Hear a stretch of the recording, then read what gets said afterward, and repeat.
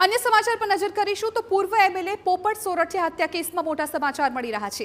अनिरुद्धसिंह जाडेजानुं गोंडल कोर्टमां आत्मसमर्पण। सांजे 8 वाग्या सुधीमां सरेन्डर करवा सुप्रीम कोर्टनुं हतुं फरमान। गुरुवारे सुप्रीम कोर्टे 7 दिवसनी राहत आपी हती। वांधा अरजी बाद आज रजू थवानो आदेश करवामां आव्यो हतो।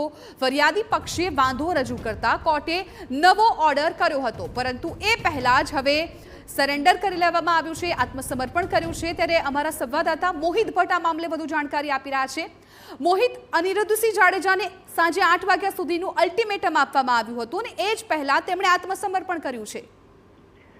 जिज्ञासा जे गोंडलना पूर्व धारासभ्य पोपट लाखा सोरठिया छे ते केसमां तेमने जे अनिरुद्धसिंह जाडेजा छे तेमने जे सजा माफी छे ते थई हती। जो के सुप्रीम कोर्ट द्वारा आ सजा माफी छे ते रद करवामां आवी हती ने पहेला 18 तारीख सुधीमां तेमने हाजर थवानुं अल्टिमेटम आपवामां आव्युं हतुं। जो के छेल्ला 2 दिवसथी जे हाई वोल्टेज ड्रामा छे ते सर्जायो हतो, कारण के गईकाले सुप्रीम कोर्ट छे तेमना द्वारा जे अनिरुद्धसिंह जाडेजा छे तेने 8 दिवस हाजर थवा माटेनो हुकम छे तेनी राहत छे ते आपवामां आवी हती ने 8 दिवसनी मुदत आपवामां आवी हती। जो के आजे सवारे सुप्रीम कोर्ट द्वारा वधु एक जे ऑर्डर छे ते करवामां આવ્યો હતો ને આજે સાંજે 8 વાગ્યા સુધીમાં તેમને આત્મસમર્પણ કરવા માટેનો ચુકાદો છે તે આપવામાં આવ્યો હતો, જેના જ ભાગરૂપે અનિરુદ્ધસિંહ જાડેજા છે તેમને જે ગોંડલની કોર્ટમાં સરેન્ડર કર્યું છે।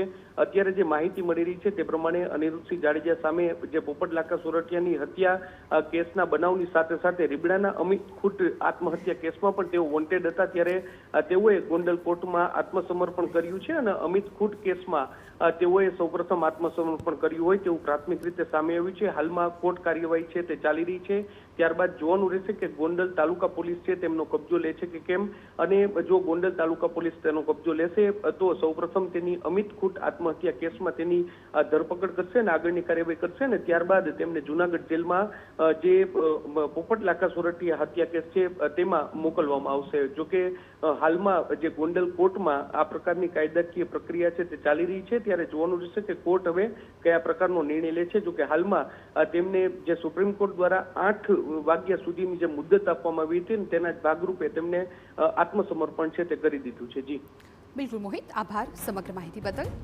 તો અનિરુદ્ધસિંહ જાડેજાએ સમય પહેલા જ ગોંડલ કોર્ટમાં આત્મસમર્પણ કર્યું છે।